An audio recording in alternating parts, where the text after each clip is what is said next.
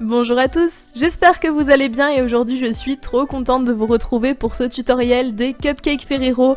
Et oui, enfin vous me l'avez énormément demandé sur Insta donc j'espère vraiment qu'il vous plaira. À la base, cette création est inspirée d'un véritable cupcake que je vous affiche à l'écran, voilà, qui vient encore une fois d'Instagram, comme vous le savez c'est ma grande source d'inspiration. Du coup j'espère vraiment que ce tutoriel pourra vous aider et je vous laisse avec la suite.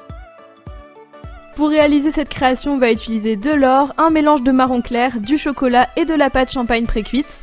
Et on va commencer par venir placer la pâte dorée dans un moule à cupcake. Je vous mettrai le lien de mon moule en barre d'infos si vous souhaitez acheter exactement le même vu qu'on me le demande souvent. Avec une lame souple, on vient ensuite enlever les excédents de pâte et vous allez le voir, je viens aussi rouler par-dessus avec le manche du scalpel pour avoir quelque chose de vraiment bien net. Et on va passer à une étape optionnelle qui consiste à faire un effet de caissette en papier autour du cupcake. Donc pour ça j'utilise un petit dotting tool assez fin.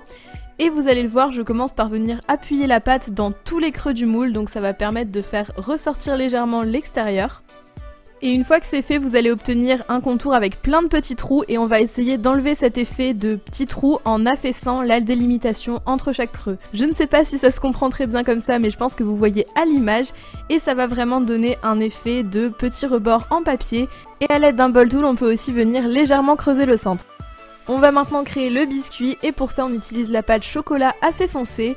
Vous venez la former sur votre plan de travail pour vraiment donner un petit côté bombé et on va ensuite texturer avec une brosse à dents. Donc voilà, vous pouvez aussi ajouter un peu de texture à l'aiguille si vous le souhaitez pour plus de détails. Veillez bien à ce que votre petit gâteau soit pile de la même taille que votre moule pour vraiment venir rentrer dans l'effet caissette qu'on vient de faire.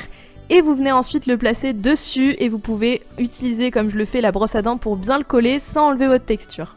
L'étape suivante est optionnelle, mais si vous le souhaitez, vous pouvez ajouter des petits morceaux de champagne pré-cuite et ça va venir former des éclats de noisettes qui rappelleront le Ferrero.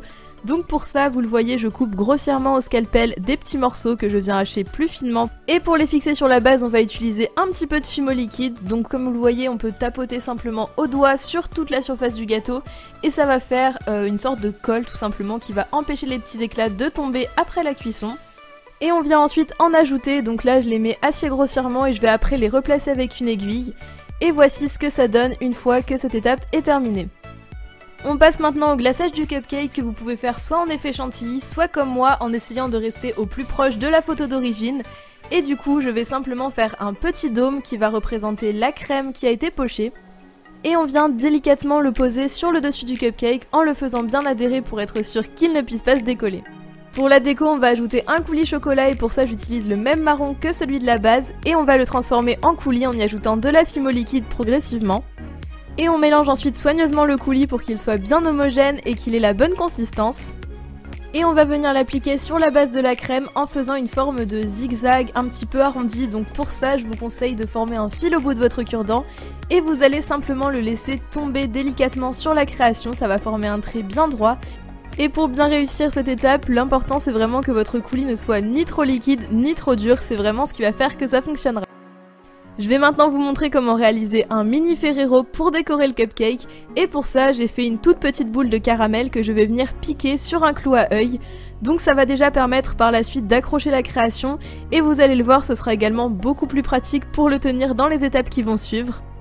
Et on va maintenant venir recouvrir cette petite boule de pâte avec du coulis de la même couleur, donc toujours du caramel. Je ne vous ai pas montré comment le refaire, mais c'est exactement la même méthode que pour le précédent coulis. Et une fois que votre coulis est bien lissé avec le cure-dent, on va venir y ajouter des petits éclats de noisettes, donc les mêmes que ceux de la base.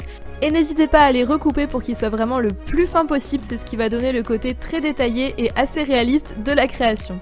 Et pour finir, vous pouvez ajouter un petit peu de coulis par-dessus les noisettes par endroits, ça va donner vraiment l'impression qu'elles sont emprisonnées dans le chocolat comme sur les vrais Ferrero. Vous pouvez ensuite le planter sur le dessus du cupcake et c'est aussi pour ça que c'est pratique d'avoir le petit clou qui dépasse. Et ensuite, il suffit de cuire votre création pendant 30 minutes à 110 degrés.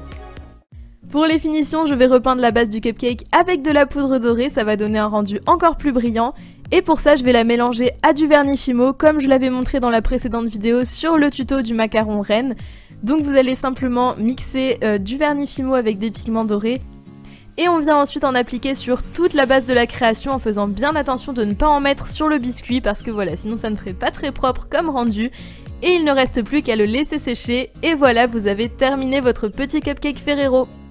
Donc j'espère vraiment que ce tutoriel vous aura plu. Comme d'habitude, si vous reproduisez cette création, n'hésitez pas à la poster sur Instagram en me taguant, ça ferait très plaisir d'aller voir vos réalisations. N'hésitez pas à me dire en commentaire ce que vous avez pensé de ce tutoriel, vous pouvez aussi mettre un petit j'aime si la vidéo vous a plu, et n'oubliez pas de vous abonner si ce n'est pas déjà fait pour ne rater aucune des prochaines vidéos. Moi je vous remercie d'être resté jusqu'à la fin, je vous fais plein de bisous et je vous dis à très vite, bye tout le monde!